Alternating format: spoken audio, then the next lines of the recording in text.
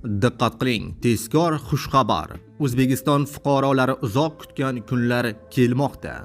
O'zbekistonda ish haqqi, pensiya, stipendiya, nafaqa va oyliklar oshiriladi. Assalomu alaykum, hurmatli tomoshabinlar.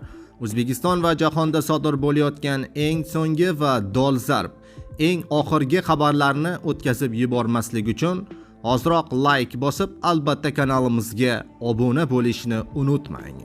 Ushbu yangilikdan barcha O'zbekiston fuqarolari bizning kanalimiz orqali birinchilardan bo'lib, albatta xabardor bo'lish uchun o'z vaqtingizni ayamasdan albatta like tugmachasini bosib qo'yishni unutmang.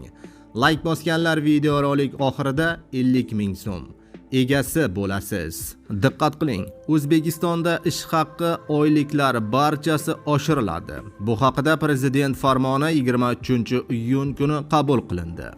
Farmonga ko'ra 2026-yil 1-iyuldan boshlab pensiya va nafaqalar hamda ijtimoiy reyestrga kiritilgan oilalarga bolalar nafaqasi va moddiy yordamlar barchasi 7% ga oshirildi. Bunda yoshga doir eng kam pensiya miqdori oyiga 983 ming so'm, nogironlik pensiyasining eng kam miqdori esa 1 83 ming so'm bo'ldi. Ijtimoiy reyestrga kiritilgan oilalarga bolalar nafaqasining har oylik miqdori 3 yoshgacha bitta kichik farzand uchun 386 ming so'm, 3 yoshdan 18 yoshgacha bo'lgan bitta farzand uchun 295 ming so'm. Oilaning ikkinchi, uchinchi farzandlari uchun esa qo'shimcha 177 ming so'mdan to'lanadi. Keyingi har bir farzand uchun esa 118 ming so'mdan beriladi. Ijtimoiy reyestrga kiritilgan oilalar uchun moddiy yordamning oylik miqdori 450 ming so'm etib belgilandi.